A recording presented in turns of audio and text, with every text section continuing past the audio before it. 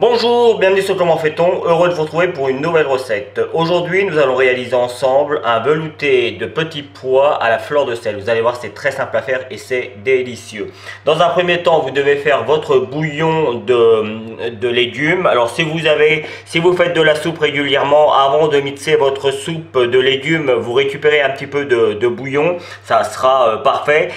Si comme moi vous n'avez pas l'occasion de faire de soupe de légumes, en tout cas au moment où vous faites la recette, vous prenez un petit tube de légumes, alors bio de préférence c'est mieux, mais si vous avez des tubes de légumes, vous savez, déshydratés, et vous les faites chauffer dans 300 ml d'eau et vous attendez que ce soit bien dilué et ça marchera très bien. Je vais utiliser des petits pois congelés. La cuisson va être quasiment la même, elle risque d'être un petit peu plus longue que si vous avez des petits pois en boîte, mais les deux marchent très bien. Si vous avez des petits pois en boîte, vous mettez, une fois que l'on va cuire l'ensemble, ce sera un petit peu plus court, mais je vais vous expliquer ça dans quelques instants. Et évidemment, il faudra aussi que vous éminciez un oignon jaune ainsi qu'un petit oignon blanc. Alors si vous n'avez pas d'oignon blanc, vous mettez deux petits oignons jaunes et ça marchera très bien. Je vous donnerai la recette qui va vous expliquer comment émincer les oignons. Je l'ai fait, comme ça va un petit peu plus vite. Voilà. Dans un premier temps, j'ai mis dans ma casserole à peu près 15 g de beurre et une cuillère à soupe d'huile. J'aime bien mettre les deux, moi, quand je fais une cuisson. Si on met que du beurre, le problème avec le beurre tout seul, c'est qu'il a tendance à noircir. Quand on mélange le beurre avec un petit peu d'huile, il tient plus longtemps à la cuisson et franchement c'est plutôt pas mal. Par contre, quand on fait une soupe, c'est quand même mieux de mettre du beurre pour glacer un petit peu les légumes, parce que ça va apporter un petit peu de crémeux, de matière grasse à la soupe, bien que vous allez voir, je vais rajouter aussi un petit suisse, mais ça on le fera un petit peu plus tard. Donc là c'est parti, j'attends que mon beurre soit bien fondu et je rajouterai les oignons. Voilà, c'est bien fondu, je rajoute mes oignons comme je viens de le dire. Alors pour ceux qui aiment l'ail, vous pouvez rajouter une petite gousse d'ail. Moi là j'en mets pas, parce que je veux bien ressentir le goût des petits pois. Et puis évidemment la fleur de sel. Là, on va blanchir les oignons, on va les faire suinter pour être exact. Blanchir, c'est quand on met dans l'eau. Donc là, sur le coup, on va faire suinter les oignons. Et on va leur donner une petite coloration. Donc on va les laisser cuire comme ça pendant 3-4 minutes. Et on rajoutera les petits pois également. Quand mes oignons commencent à caraméliser un petit peu, vous voyez, ils ont changé de couleur. Ils deviennent un peu translucides et ils commencent à prendre une petite couleur caramélisée.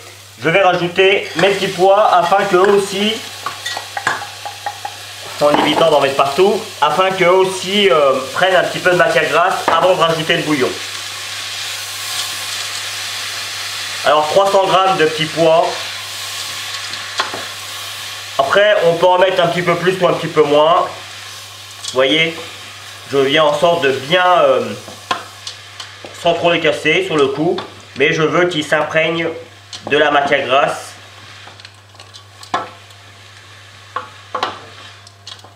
Et on va laisser cuire encore pendant 2-3 minutes. Et il ne nous restera plus qu'à rajouter le bouillon. Alors moi sur le coup, je ne rajouterai pas de sel parce que dans le bouillon que j'ai, il y en a déjà. Je rajouterai du poivre par contre. Le sel, de toute façon, le sel, on en rajoutera puisque je mettrai de la fleur de sel à la fin, mais ce sera vraiment sur la fin. Ce que je veux dire, c'est que je ne rajoute pas de sel en dehors de la fleur de sel. C'est ça que je veux dire.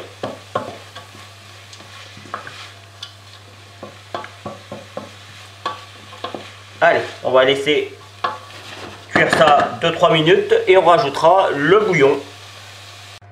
Voilà, vous voyez, même avec mes petits pois congelés, 10 minutes de cuisson, quand c'est avec un petit couvercle, c'est largement suffisant. En tout cas, pour moi, c'est suffisant. Je rajoute tout de suite ma petite touche personnelle avec mon petit suisse. Ça plaira pas forcément à tout le monde.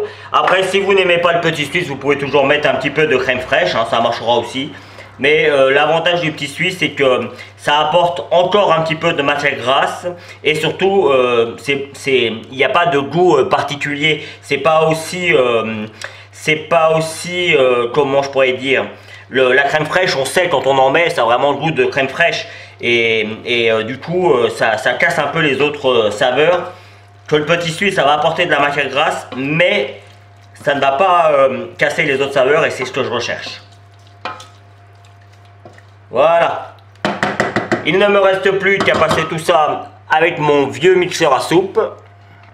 Alors oui, il est vieux, mais il marche très bien. Il suffit juste de le tenir. Et puis là, je vais réduire jusqu'à obtenir un velouté. Vous voyez, il n'y a rien de compliqué, hein. Alors si vous avez un blender, vous pouvez le faire avec votre blender ou avec un petit mixeur, vous savez, les petits mixeurs à bébé. Si vous n'avez pas trop de soupe, vous pouvez le faire également. Avec ça, ça marchera également. Voilà. Alors, juste pour info, si je ne faisais pas la vidéo, moi je l'aurais mangé comme ça, parce que moi la peau, ça ne me dérange pas forcément. Vous savez, il reste toujours un petit peu de peau avec les petits pois. Mais là, comme je fais la vidéo, je vais faire les choses bien. Et je vais passer tout ça dans mon petit chinois. Tout simplement, je mets ça directement dans mon bol. Et puis vous voyez, je passe de façon à vraiment avoir le velouté. Et que tous les morceaux de peau restent dans mon chinois. Donc ça demande un petit peu de temps, un petit peu d'énergie. Mais bon, après, c'est pas très compliqué, hein. Allez, à vous de jouer. Allez, dernière étape, juste avant de servir. Alors là, moi j'ai pris un grand bol, hein, mais c'est pour environ 2 personnes, hein, la recette que je vous donne. Donc, juste, dernière étape, évidemment, la fleur de sel. On en met plus ou moins. Alors moi, c'est de la fleur de sel qui vient de Guérande. Je suis un petit peu chauvin, c'est ma région. Voilà.